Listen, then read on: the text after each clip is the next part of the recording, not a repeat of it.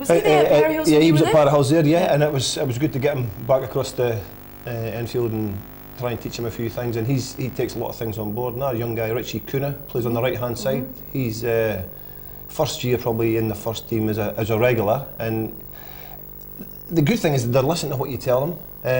The guidance is right. There's no any idiots in the team with Billy Big Boots on the situation. Well, that's because you're not playing, is that right? Yeah, that's it. What's below the belt?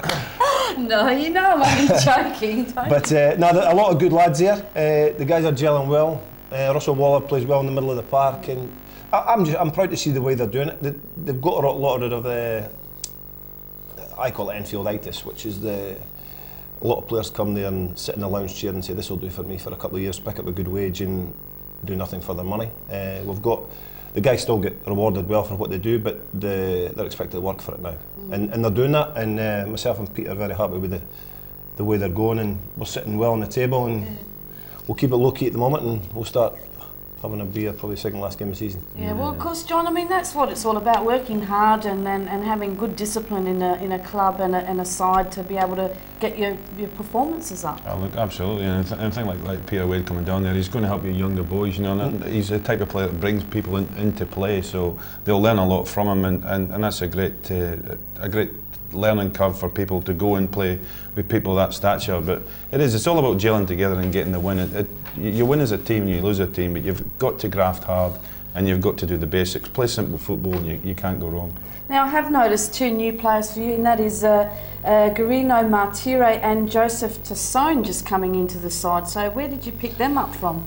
I think Joey Tassone was at no, Joey Costa. I think Joey Tassone's been there for years. He's just been injured a few times. Well, that was the information that we got. So. Yeah, Joey Costa. Yeah. Joey Costa come from Metro with Russell. Joey Tassone's been injured and just re-signed, basically. But he's been at the club for a long time. Yeah. Okay, fantastic stuff. Well, let's have a look at the ladder for round 12 for the State League. Again, very, very interesting, and Enfield way up on top. They mean business. They want to get back into the Premier League and sitting very nicely at the moment with absolutely no losses, have not been beaten as yet. And as I said, clean sheet Kirky reminds me every single week that he's got clean sheets. So his wife says anyway. Oh gosh, I told him he has to be sponsored by a laundromat, so Spotless. He's doing very, very well. They're on 29 points. West Adelaide on 24, Northern Demons 22, NAB 21, Playford on 20 and Seaford on 16, Noarlunga 14. That is so close there. I mean, that is just, as we were saying before, a couple of wins and you can move up or down. So top five are very, very close. Well, except for Enfield, I guess they're way out in front. Port Pirie City on 9, The Cove on 8, Western District Toros on 5 and Gawler on 4 points. Now, the State League do have a normal round this week, except for a couple of clubs that are playing on the Monday catch-up rounds for the Cup. But this is the fixtures for round 13. Let's have a look at them, because again, interesting matches and positions up for grabs here. So, fixtures for round 13 for the State League are as follows. We have Seaford up against Northern Demons. Western District Toros at home to NAB. Noarlunga and Playford, I think that's going to be a very good match there. Noarlunga have been in form of late. Playford just getting that win last week, so that'll be a very good match. The Cove coming out of their bye are up against you guys. Now, I did go down to your ground when you played them the last time, which was only about 3 or 4 weeks ago, and look, you were very, very strong against them. Yeah, hopefully we'll be the same again. The Cove, hopefully it won't be too windy and the weather will be nice and we'll have a lovely day out. And you're hoping for a lot down there, aren't you? Half the team won't rock up. But looking at the fixtures, there's a few interesting games there. West Adelaide to go to Port Pirie. Yes. West Adelaide can be up and down. You never know what's going to happen with them, and to go all the way to Pirie and play, you never know what's going to happen. Demons have got Seaford away, is it? Yes, Demons go down to Seaford, so Seaford at home. Adrian Leeds' team will not be, I don't think, looking too forward to that. But again, Seaford losing Bradley Armour might be an issue for them. Yeah, upset the rhythm a little bit. NAB Toro, we played Toros last week, and this might be a bit controversial, but they basically came to Enfield to kick us off the park, which was disappointing because I think they've got a better side than that. We fought back with the same aggression in the second half, and our quality prevailed in the end. But for clubs like that, I think that's the wrong approach. I think they should come and try and play teams. If they win, they win. If they don't, then at least they've tried their best to win in a soccer manner, as opposed to just coming and kicking guys off the park. Well, I mean, I don't see a lot of these matches, only when we can get out to see them, because obviously we do the Super League first. But I did see a game last year, Toros and Salisbury, and Toros played really, really well. I mean, they played really good football, scored a couple of good goals, that were unlucky not to score others. So, I mean, they are capable of playing good football, and I think that's what you said. I mean, well, they had to try and do that. They had Michael Metropolis, who I think just signed for them a couple of weeks ago. And George Metropolis. What's Mestro? I know Mestro is his nickname, because he was at Enfield with us a couple of years ago.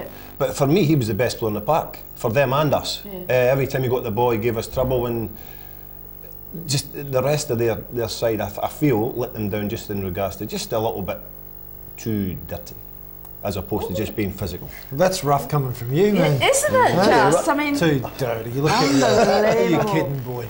Now, look, gentlemen, I'm going to change the subject straight away now. I mean, look, we're going to keep with the Scottish theme. And what I wanted to talk about is, of course, in January we had Dave McPherson coming down, specifically coming down with Australian Footballers Pathways program as he was going around the country. That must have been great for you to be able to finally meet up with him and for him to give you some advice and exchange information about what you wanted to do with the Australian Footballers Pathways programs and opening up opportunities to guys overseas. Definitely. Dave's experience overseas is invaluable, and he's a very, very honest, open guy. He's only an email away. If we get any issues, we ask him. And it's good for the management of players once they get to that level to say, look, is he good enough?